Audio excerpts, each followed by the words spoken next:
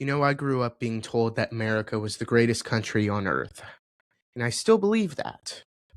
But I also grew up being told that people we send to Washington work for us, and I'm not sure I believe that anymore after this week. The single week I watched the President of the United States host a UFC cage match on the South Lawn of the White House on his own birthday, while American soldiers are still getting killed in a war he has promised to end 38 times. I watched his granddaughter post a fake video dubbed Over the Crowd Cheers to cover up the fact that New York City, Trump's own hometown, booed him at the NBA Finals. Not a little bit, but overwhelmingly. I watched the New York Times report that the Oval Office basically had a panic over the Epstein files, not because they were outraged on behalf of victims, but because they were terrified about what might come out about the president himself. I watched Jared Kushner, the man currently serving as a Middle East peace envoy, try to buy protective wetland in Albania where flamingos nest. Thousands of Albanians are in the streets right now chanting, quote, Albania is not for sale. And we can't even get that kind of energy in a congressional hearing. And somewhere while all of this is happening, there are people on both sides of the aisle who want you to pick a team, root for a jersey, and stop asking questions. I'm not doing that, and if you are listening to this, I'm guessing you're not either.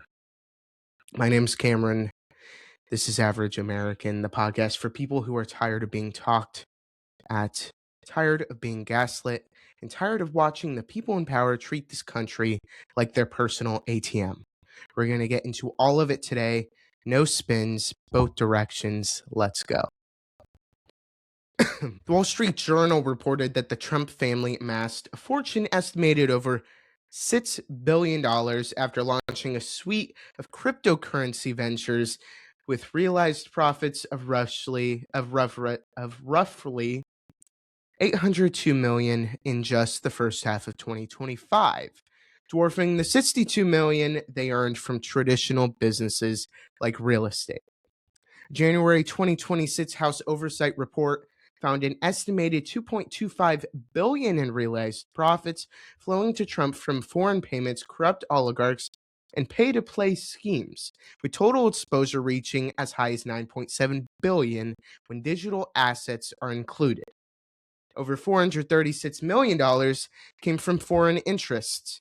The New York Times estimated in July of 2025 that crypto ventures alone had added as much as $7.1 billion to the Trump family's net worth.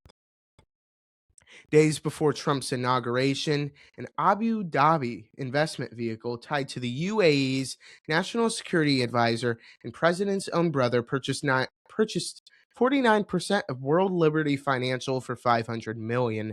That deal, signed by Eric Trump, was reported by the Wall Street Journal in January of 2026. $187 million of that went directly to entities controlled by the Trump family.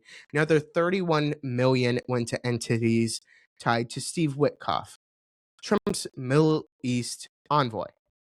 Don Jr. and Eric Trump are co-founders of the World Liberty Financial, structured so that 75% of revenue flows back to the Trump family after the first $30 million.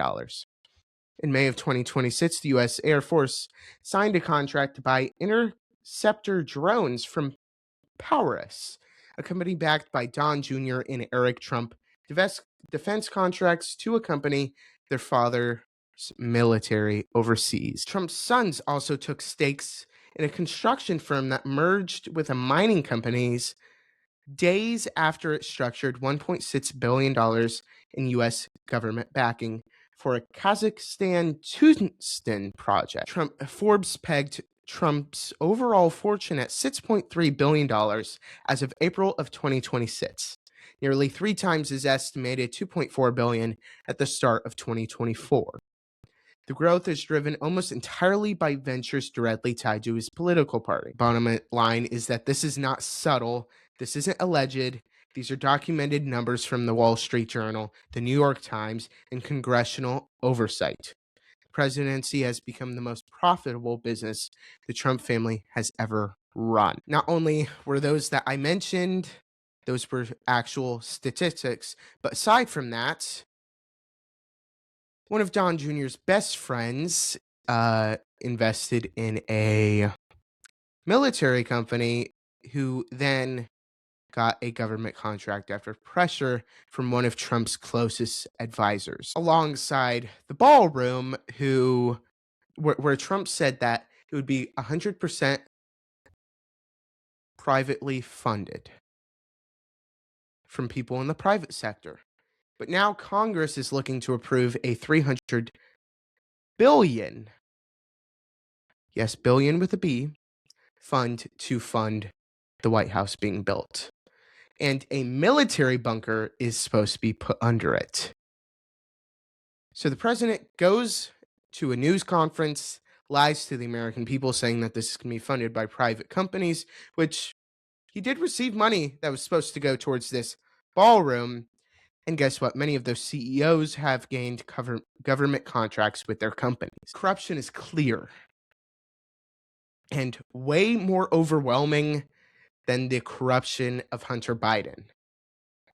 Now, I see so many progressives online pointing out that, this is overwhelming, but they aren't acknowledging the Hunter Biden thing and how he was involved in Ukrainian investments heavily at the beginning of the Ukraine war, where he would have profited from that if the war began, which it did. So I don't like the holier than thou game, but Trump's clear corruption is way worse. His net worth has literally doubled. This is not being called out by the mainstream media at all. I think someone on Capitol Hill needs to bring forth a bill that requires the direct family members of the president to also give financial disclosures like the president is required to. Will we ever see that happen? No, because many people on Capitol Hill are also profiting from this. They are doing the same exact thing. That is why they voted against insider trading, but yet voted for a raise of their $174,000 income. That is 4 times the median household income. And they are saying that they don't have enough money when they make $174,000 a year. They get to literally decide their own salaries. But yet we have Americans every day struggling who can't get onto assistance programs, who have to pay $6 in gas because of a meaningless war that was caused by a foreign nation, which we'll get into that. I just don't see how both sides are okay with this. How both sides are saying, let's let the president get billions of dollars from private companies that he is heavily invested in, along with his children. Sure, some progressives are calling it out, but if you're going to call out something, you also need to acknowledge when your own side does it. That's the bottom line, all right?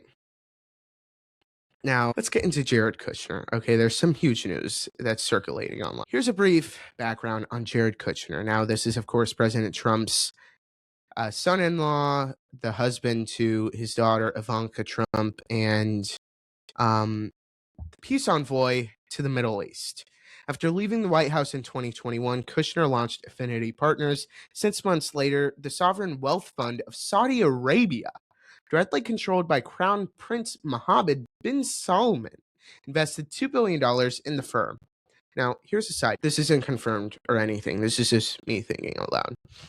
I'm wondering if Vanessa Trump had anything to do with that, because she dated the Crown Prince of Saudi Arabia for a period of time. Of course, now she's dating Tiger Woods.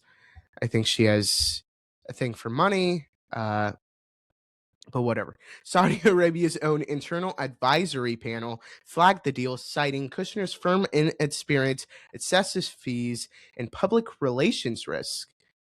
MBS overruled them anyway. Qatar and the UAE were also early investors in Affinity. These are the same governments Kushner negotiated with on behalf of American foreign policy in Trump's first term. In Trump's second term, Kushner returned as a special envoy for the Middle East, while simultaneously soliciting more billions from the same Gulf governments for affinity partners. In March 2026, Senators Wyden and Garcia formally demanded answers on Kushner's foreign travel schedule and his dual role. House Judiciary launched a separate probe in April of 2026, but nothing overwhelming is new from that, by the way. Congressman Jamie Raskin called it, quote, a glaring and incurable conflict of interest, a man negotiating U.S. policy with Gulf monarchies while those same monarchies fund his private business. Senator Wyden previously referred Kushner to the DOJ for potential violations of Foreign Agents Registration Act, which that is, of course, FARA, which people argue that APAC should be titled under. Based on evidence, he was engaging in political activity while on payroll of Saudi and Gulf state governments. Okay, now, of course, he's never going to be indicted by the DOJ, at least under Trump's term, because Trump oversees it, and he has a little puppet in office of that. Here's the thing. If a Democrat's son-in-law took $2.1 billion from Saudi Arabia and then went back into government to negotiate with Saudi Arabia, Republicans would call it treason, and they did when Hunter Biden was heavily invested in Ukraine. Why are we having double standards here? Rules for thee, but not for me. All right, let's get into Ivanka and Jared's Albanian adventure. Okay, this has been trending on TikTok, Instagram, everything. So she does this interview, right? And she talks about how she was on a French boat, which that friend was later found to be Nat Rothschild, who is a part of the Rothschilds family. I could, of course, do an entire episode on them. They're credited with funding the creation of the modern state of Israel, but whatever. She claims that this was in 2021. They were on a French boat, which is called Planet 9, by the way. Fun fact, Planet 9 is Pluto, of course. And in Greek mythology, Pluto is seen as the ruler of anything below ground level. So oil, gold, souls. It's very fitting for the Rothschilds. So they went on a friend's yacht and swam to Sazan, a decommissioned Cold War military island off of Albania's Adriatic coast. Ivanka told a podcast, we swam to the island, we went on a hike, barefoot all the way to the top, and we were just captivated. Now, Planet 9, Nat Rothschild's boat, has 2 helicopters, jet skis, and a golf cart. She's just trying to make it seem more natural when they're committing treason. They developed a plan, a $5 to $6 billion luxury resort with over 10,000 rooms, actually, and villas, spanning the island of Sazan and the Vishoja Narda wetland, which is 5 miles along the coast of Albania. It's a protected coastal area home to flamingo seals and sea turtle nesting sites. Plans reportedly include, like I said, 10,000 hotels/villas. Now, the Albanian prime minister had to sign off on this. Why I think that happened, he wants to stay in good with Trump. He also wants to make Albania the tourist capital of the world. That will probably never happen. The Albanian government granted the project, quote, strategic investor status and gave preliminary approval in December of 2025. The island was reportedly sold to Kushner-linked entity for approximately $1.4 billion. Now, that's, of course, his venture capital firm. Protests began last week, and it's now being called the Flamingo Revolution, with thousands of Albanians flooding the capital, Tirana, over a week straight. Signs read, quote, Albania is not for sale, and, quote, Ivanka, keep your hands off Narda, end quote. Protesters carried flamingo cutouts. One swimmer swam 9 miles around the disputed island in protest. Police used water cannons. Video surfaced of a private security guard dragging an activist. Authorities are investigating whether protected land classifications were altered specifically to clear the way for the development. The Albanian prime minister called the project transformational for the country. Critics say it's a sweetheart deal for a foreign political family at the expense of a protected ecosystem. Now, all of that aside, The island of Sazan used to be a Cold War military outpost when the dictators led Albania. Okay. It can withstand a nuclear strike. It has bunkers that can hold up to 300 families. It's good for like the end of the world. This is gonna be a billionaire and elitist excursion. Like I said, 10,000 rooms slash villas. I think it's gonna be like 5 different hotels, all kinds of docks, all kinds of restaurants, all kinds of boats, and it's of course gonna have the Trump name on it. They're probably gonna call it Trump in the Mediterranean. Mediterranean Trump Hotel. Or like they do Trump Chicago, Trump New York, Trump Albania. I hate to laugh because it's so funny. So basically, an American president's family goes on a yacht vacation, falls in love with a protected European coastline, and within a few years has purchased it from a government eager to stay in Washington's good graces. Those locals who've protected the land for generations, they get shot in the face with giant water guns, dragged away by private security. There needs to be a congressional look into with all of this. It's like ridiculous. It's so outward facing. They're doing it right in front of our faces, and they expect us to be okay with it. Okay, now a New York Times report came out, and it exposes the White House panic when the Epstein files were mandated to be released by Congress. The New York Times published a major investigative piece in June of 2026 detailing how the Epstein files were paralyzing the Trump administration to a far greater extent than the public knew. On July 17, 2025, Trump's most senior advisors gathered without the president in the White House Situation Room, not to discuss Iran, not national security, to figure out how to contain the Epstein scandal. The Situation Room is where Obama watched bin Laden get raided. It was used here for political damage control. In a January 2020 email from a federal prosecutor to Epstein within these files revealed that Trump had flown on Epstein's private jet at least 8 times between 1993 and 96. During of 2024, Trump publicly declared he had never been on the plane, so he was already caught lying. Then AG Pambani, which if you follow me on social media, you know how much I hate this woman, went on Fox News in February of 2025 and hinted that the Epstein client list was sitting on her desk. That was a direct quote. For imminent release, then she walked into the Roosevelt room with boxes handing out Epstein binders to, quote, MAGA influencers. The New York Times called it an egregious misstep. White House Chief of Staff Susie Wiles admitted in a Vanity Fair interview that she has read the Epstein files and that Trump's name is in the file, was on the plane, and is on the manifest.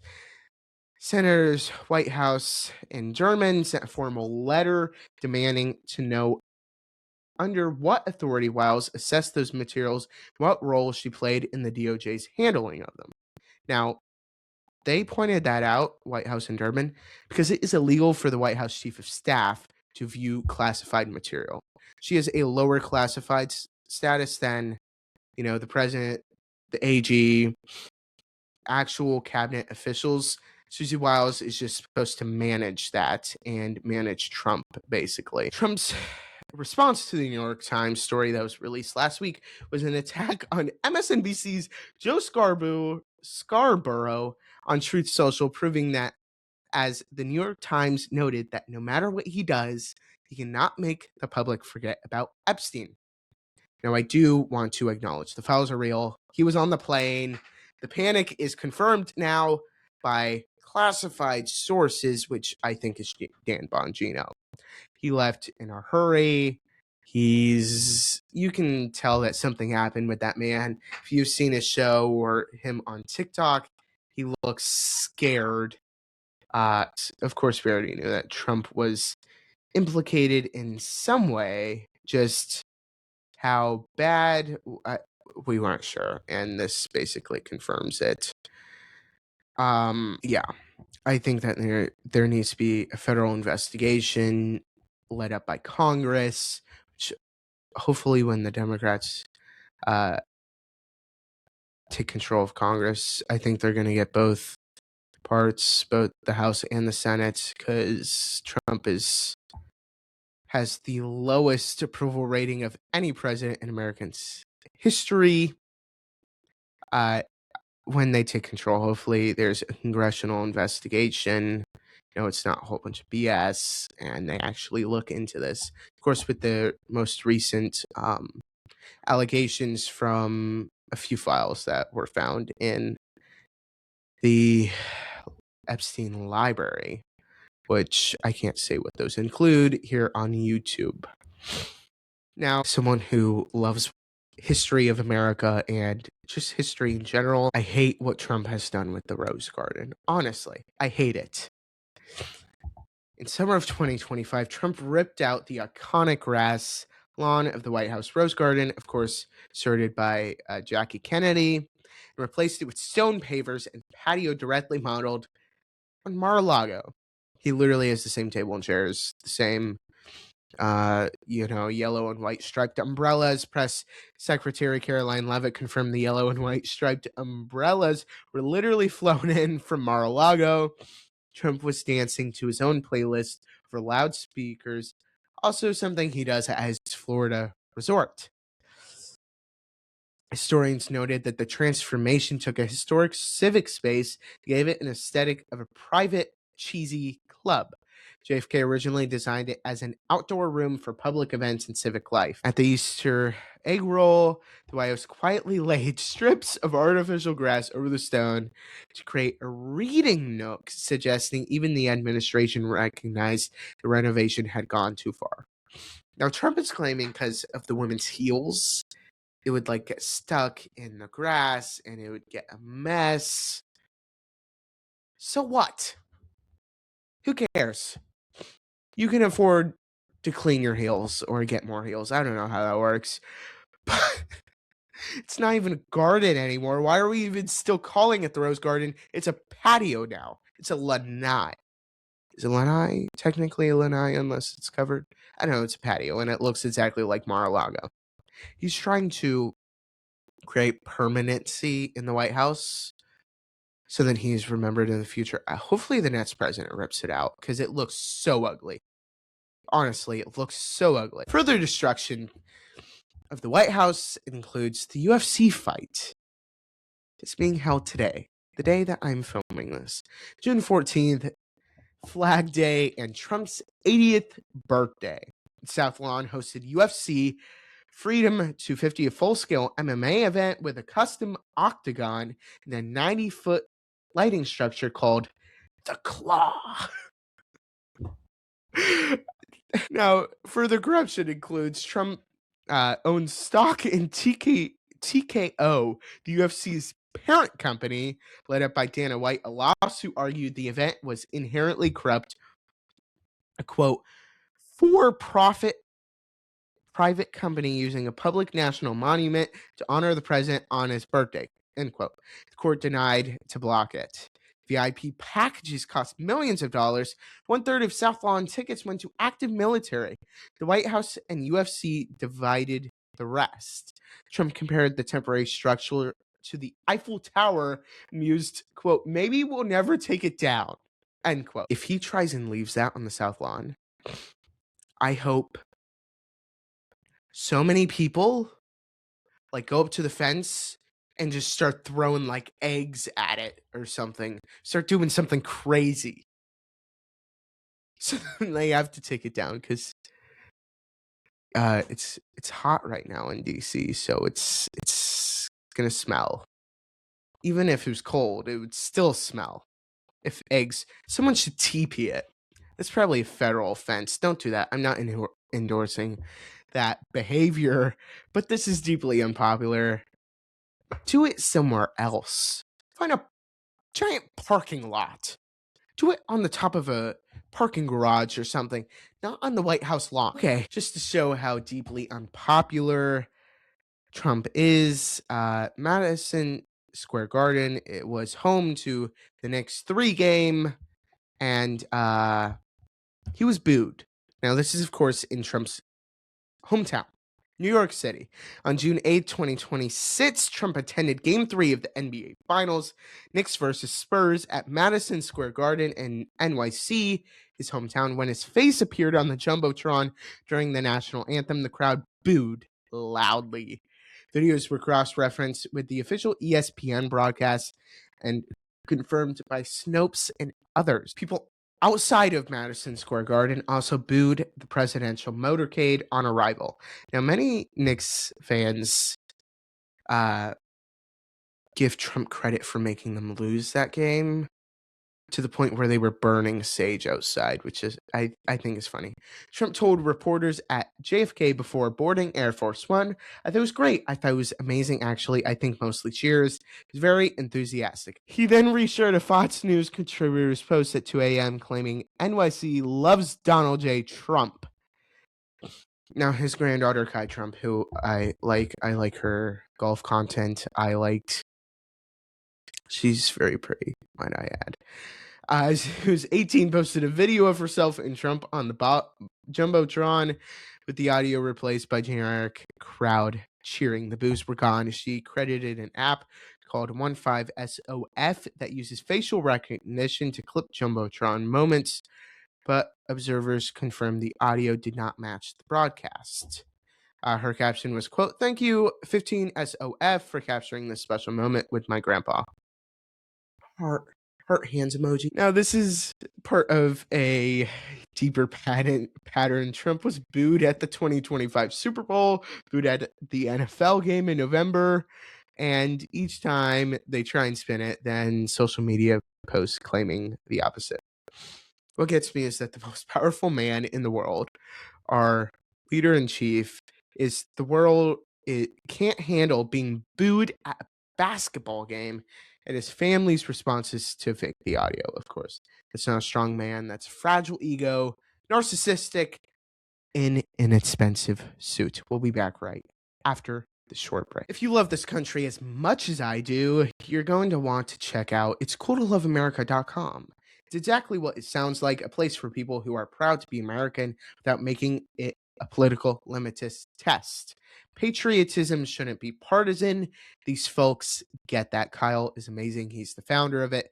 Head over to itscooltoloveamerica.com and use code Kameron, Kameron, at checkout. And then that gets you 10% off your order. Again, it's itscooltoloveamerica.com's code Kameron. Check it out. Okay, folks, we're back. So if you remember me mentioning the claw on the White House South Lawn, that was put on by Freedom 250, which is very different than America 250. America 250 is the nonprofit supporting the U.S.'s birthday, established by an act of Congress in 2016. So America 250 has been planned since 2016. It's bipartisan. It's focusing on local community events, charitable initiatives, and statewide participation.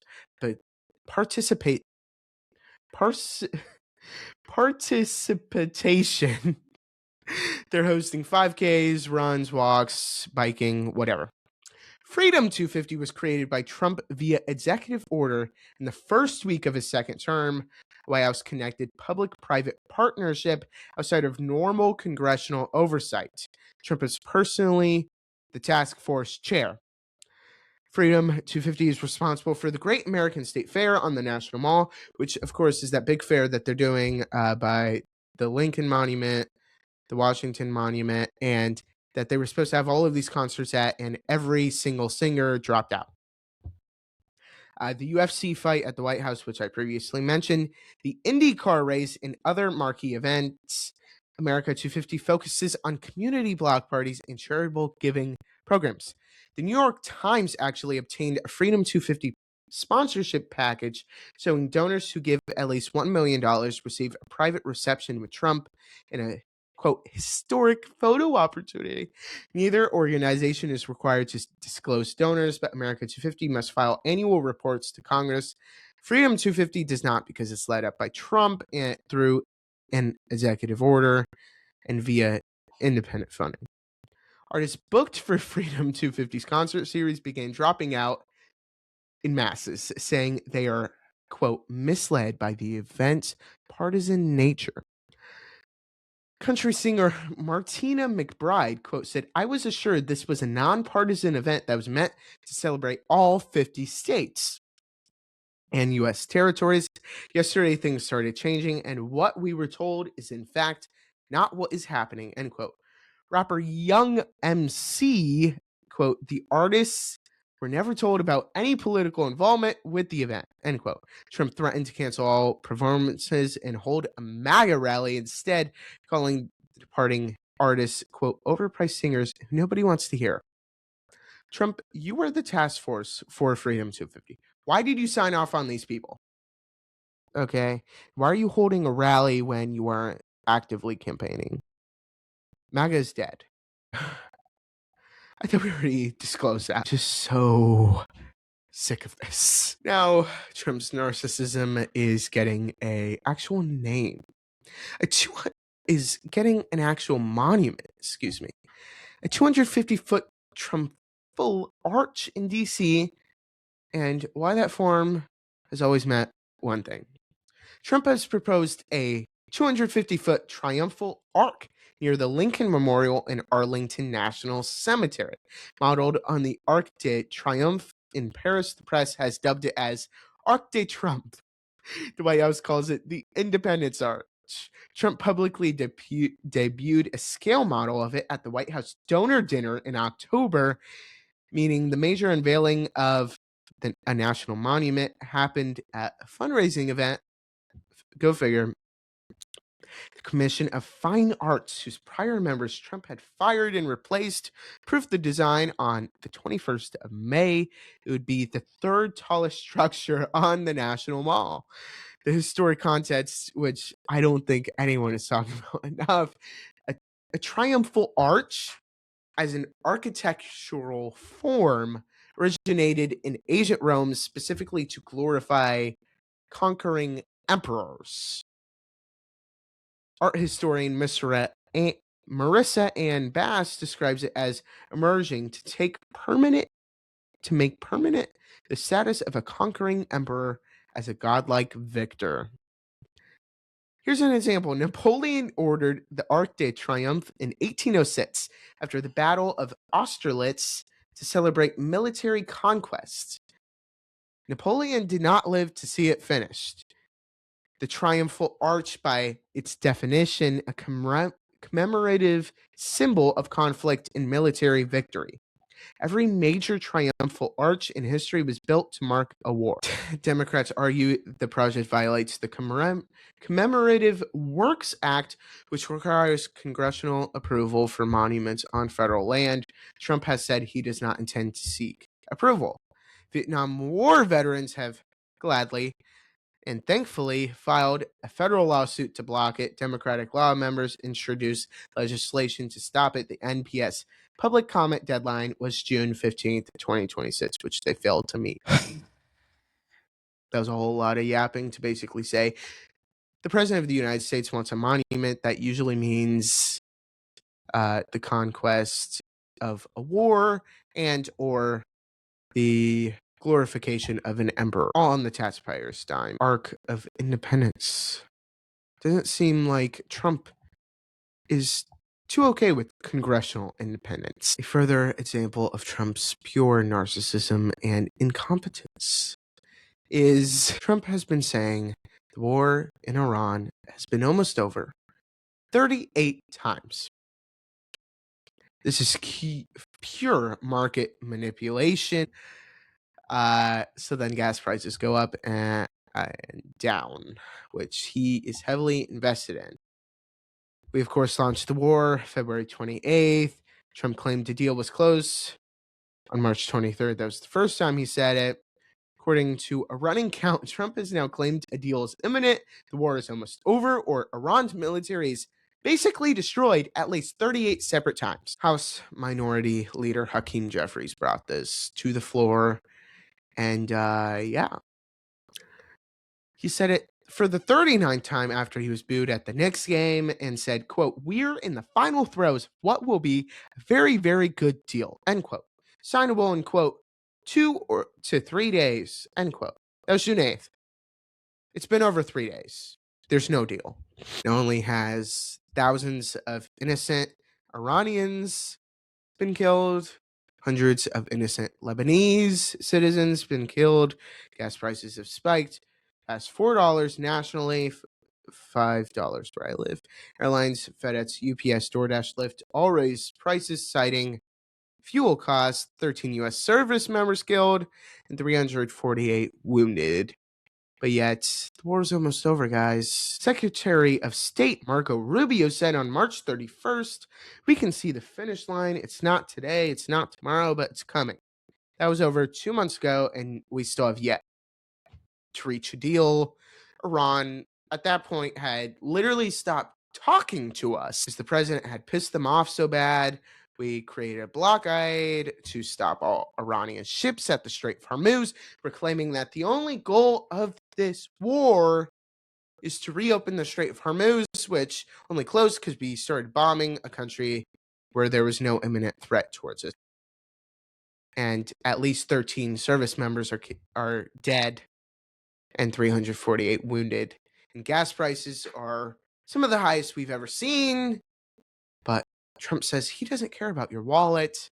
It's a small price to pay to take out one of our greatest defenders. I'm like so sick of this. And I've been yapping for almost 40 minutes now, so let's land this plane. We just covered corruption in the billions, a war that keeps almost ending, a White House that is panicking about Epstein in the Situation Room without the leader of the free world, fake crowd noise from a president's granddaughter, a 250-foot arch that history tells us is a monument to conquest, an Albanian coastline completely destroyed and sold to the president's son-in-law to get in good with the president, UFC fight on the South Lawn of a building that belongs to you and me. Here's what I want to leave with you. None of this is normal, not in the sense of partisan. It's not even about left or right. It's about basic expectation that our leader, supposedly the most powerful man on the earth, will have a moral compass, and then it's basic expectation that the people who run this country are accountable. When the American people own a house, and that house is called the White House, and that house gets redecorated to look like Mar-a-Lago and turned into a fight venue, and the Rose Garden gets paved over with umbrellas flown in from Palm Beach, that's not a renovation. That's a message about who this place actually belongs to. The answer, at least on paper, is us. I'm Kameron. This has been Average American. If this show made you think, share it. If it made you mad, that's good. Use that. Subscribe wherever you listen to podcasts.